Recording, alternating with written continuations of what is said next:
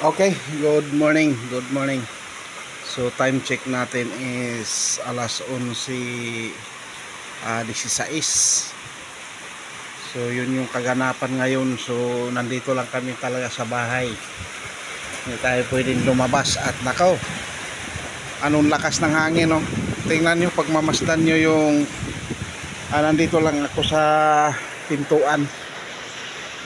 Pintuan ng aming bahay kubo. Yun. Oh, tingnan nyo, mapapansin nyo yung dahon ng mga puno ng ano ay talagang malakas. So kaya dito lang tayo sa bahay. So araw ngayon ng linggo. So ano pa din, at least magpasalamat pa rin tayo kay Lord na binigyan tayo ng buhay na safe. So tayo ay nakikiramay din sa mga lugar na talagang grabe ang inabot, lalo na sa Visayas, Leyte, Samar, yan, Cebu. So keep safe mga idol, mga kalodis natin dyan. Keep safe always, na. So kami din dito na nasa Marinduque rin ay patuloy na lumalaban din.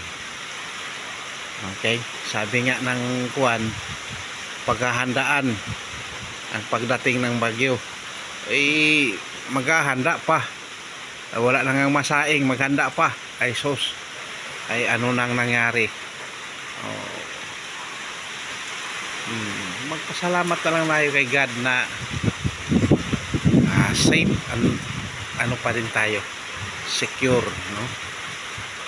Hindi na natin kailangan maghanda pa dyan, kaya wala nga yung maisaing, maghahanda pa. Di ba?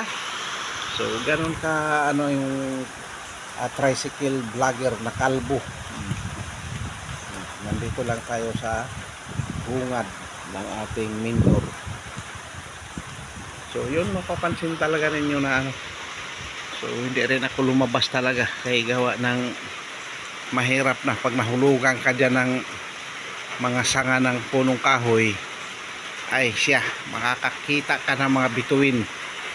So nakaranas na rin ako dito at nalaglagan ako sa ulo ko ng sanga ng punong kahoy, ay talaga namang dami palang bituin sa kalangitan. Kaya dito lang tayo sa loob. Talagang lagos-los na yung sipol, talagang sipol yung ano ng hangin. So di ko lang alam kung kailan ko ito ma-upload, at ngayon ay brand out dito at wala pati tayong load, kaya wala tayong upload.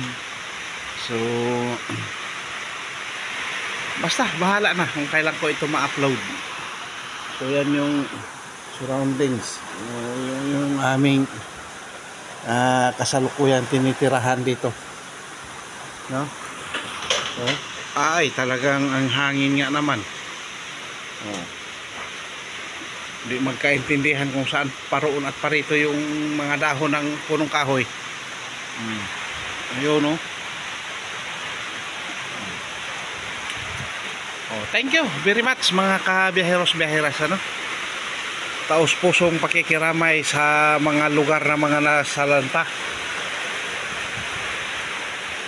So keep safe mga idol.